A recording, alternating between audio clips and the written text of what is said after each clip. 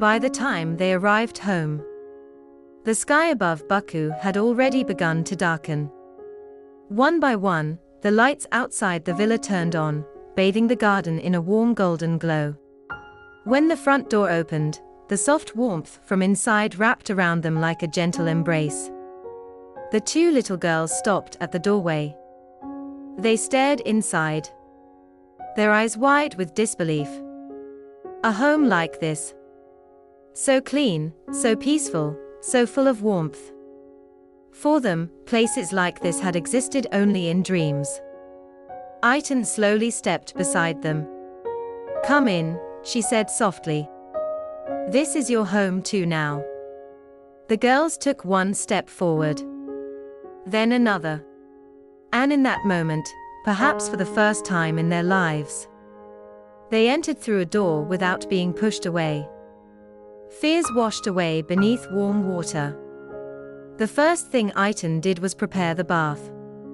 The sound of warm water filled the bathroom with calmness. The younger girl stood frozen by the doorway, too afraid to enter.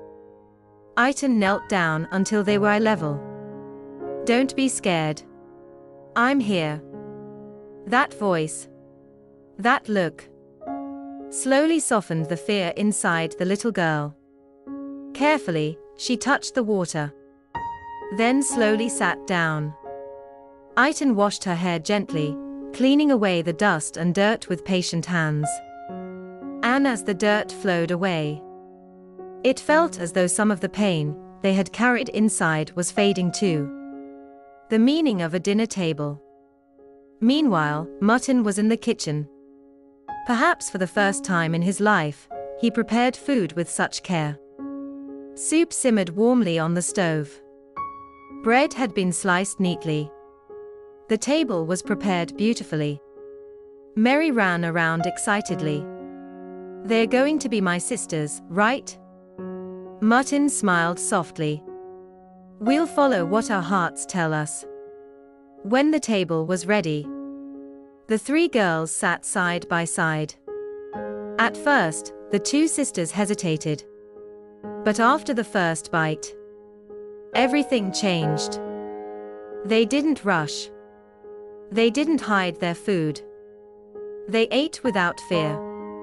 Aitan quietly watched them. With every spoonful, she saw a little more fear disappear from their eyes. And something else slowly took its place. Trust, first night, first peace. When night finally came, Aitan and Mutton prepared a bedroom for the children.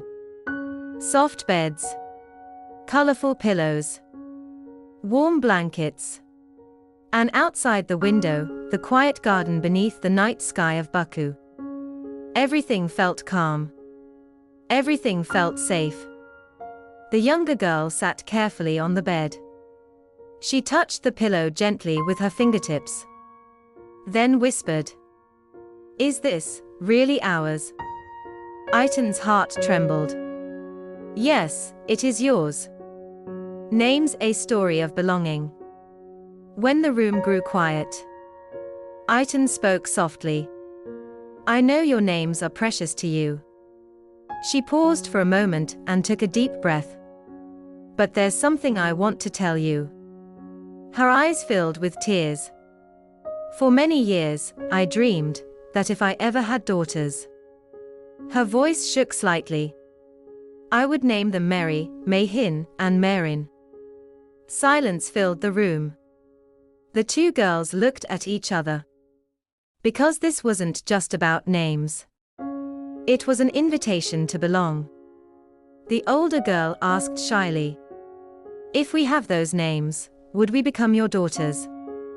Aitan could no longer hide her tears. But she was smiling. Slowly, she nodded. "Yes, you would become my and Mutton's daughters." She paused softly. "Would you like that?" The younger girl nodded immediately. Her eyes sparkled with hope. The older girl looked toward Mary. Mary smiled warmly at her.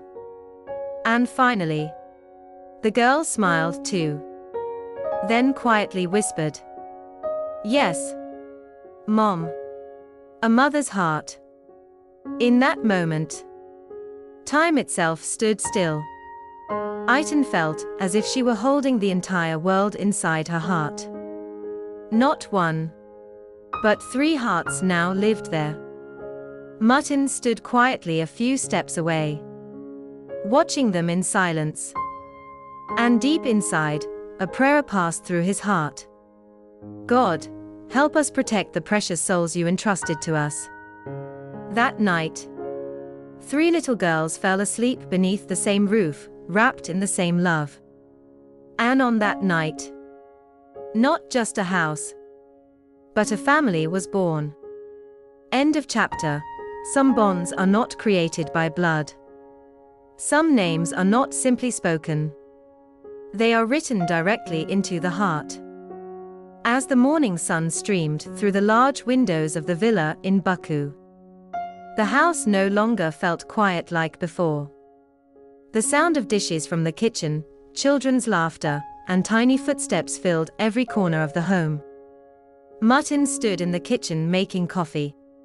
He wore a simple shirt, but the peace on his face was more visible than it had been in years. Eggs sizzled softly on the stove, and the smell of toasted bread spread warmly through the house. In the living room, Aitan was preparing breakfast for the 3 little girls.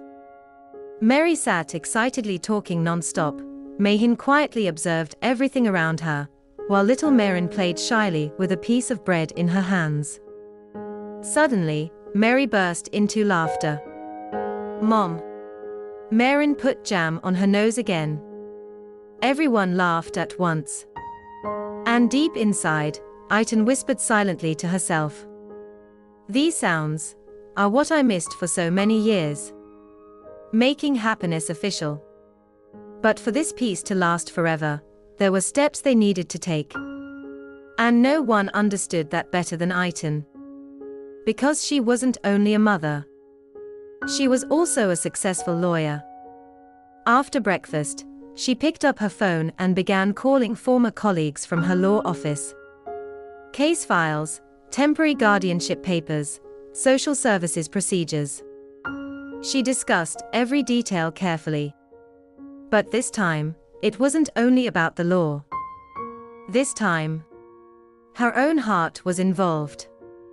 Meanwhile, Martin helped the girls get ready. As he gently brushed Mayhin's hair, the little girl looked at him through the mirror. You really won't leave us, right? Martin's hand paused for a second. Then he smiled softly. Would a father ever leave his daughter? The little girl's eyes filled with tears. Perhaps for the first time in her life. She wanted to call someone Dad. Silence inside the police station. When they arrived at the police station, all 3 girls became nervous. The long corridors felt frightening to them. Mary held Mayhin's hand tightly, while little Marin clung to Aitan's skirt. Aitan knelt down to their level. Don't be scared, my girls, this is only paperwork. Then she added gently. You belong with us now. Martin stepped beside them. Today we're taking the first step, so no one can ever separate us again. When the past becomes paper. Statements were taken. The girls' uncle and aunt forcing them out of the house was officially recorded. Neighbors gave testimonies. The nights they spent on the streets. The days they went hungry. Every detail was written into the reports. As Aitan listened to each sentence, her heart shattered a little more. Because some pains do not grow smaller when spoken aloud. They become more real. Authorities confirmed that the girls' biological parents had passed away years earlier. Legally, the children now needed protection. And at that moment, Aitan's experience as a lawyer became invaluable. Thanks to the documents she prepared, the conversations she handled, and her communication with social services, the process moved far faster than expected. The weight of a decision. Hours later, The officer finally closed the file. Then smiled warmly. Temporary custody of the children has officially been granted to you. In that moment, time stood still. Aitan's eyes filled with tears. She covered her mouth with trembling hands. Then immediately pulled the girls into her arms. All three of them. As if she had finally found the missing pieces of her soul. Our home has 3 flowers now, she whispered through tears. Mary hugged her tightly. So, are we really sisters now? Martin smiled warmly. Not only sisters. You're a family now. Martin's surprise. When they returned home that evening, the girls were exhausted, but happy. After dinner, Martin reached into his pocket and pulled out 3 small boxes. A little gift for my strong girls. When the boxes opened, 3 delicate necklaces appeared inside. Each one carried the same letter. M. M. M. Mary, Mayhin, and Marin. The girls touched the necklaces carefully, their eyes shining brightly. Little Marin asked excitedly, "Are these really ours?" Martin nodded. "Because now, you are part of our hearts." That night, the 3 little girls fell asleep peacefully beneath the same roof. Aitan stood quietly by the doorway, watching them sleep. Martin walked silently beside her. Aitan rested her head on his shoulder. "Do you think I can really become a good mother?" Martin answered without hesitation. "You already showed what motherhood means with your heart.